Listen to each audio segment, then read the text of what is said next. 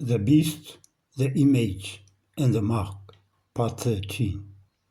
If any man worship the beast and his image, and receive his mark in his forehead or in his hand, the same shall drink of the wine of the wrath of God, which is poured out without mixture into the cup of his indignation, and he shall be tormented with fire and brimstone.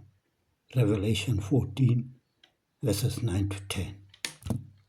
In the previous episode, we learned that the image of the beast is in the process of being formed by the establishment of the World Council of Churches, but has not yet obtained power to enforce its decrees and be a persecuting power to all those who will not obey her laws.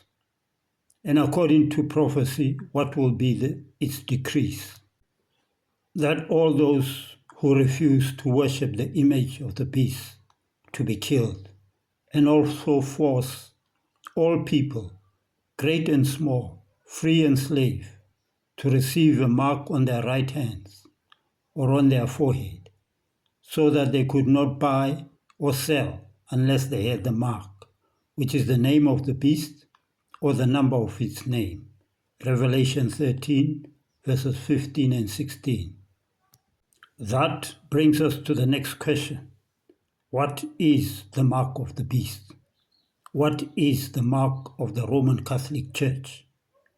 Since we have already learned that the Pope has blasphemed God in claiming to forgive sins and claiming to be God on earth, then his mark or sign of authority will be when he exalts his laws above God's laws. In Daniel 7, verse 25, we read that the Pope will think to change times and laws. And also in 2 Thessalonians chapter 2, verse 3, he opposes and exalts himself above all that is called God or that is worshipped, so that he as God sits in the temple of God, showing himself that he is God. God's fourth commandment says, "Remember the Sabbath day to keep it holy. 6 days you shall labor and do all your work, but the seventh day is the Sabbath of the Lord thy God. In it you shall do no work, you, nor your son, nor your daughter, your maidservant, nor your manservant, nor your cattle, nor any stranger that is within thy gate. For in 6 days the Lord made heaven and earth, the sea, and all that in them is, and rested the seventh day.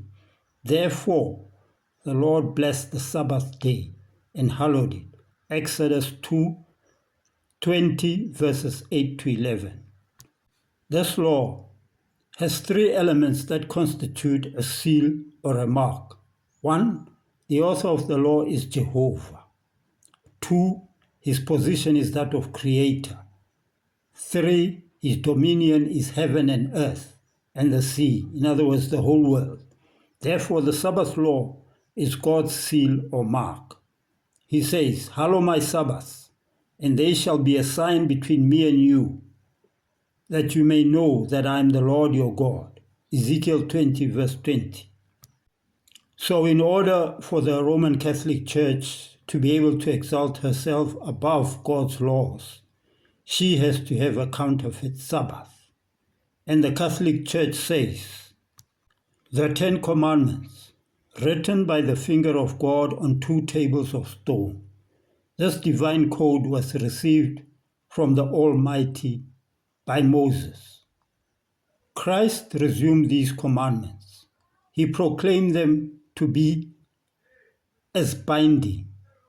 The Roman Catholic Church, on the other hand, after changing the day of rest from the 7th day of the week to the 1st, made Sunday as the day to be kept holy.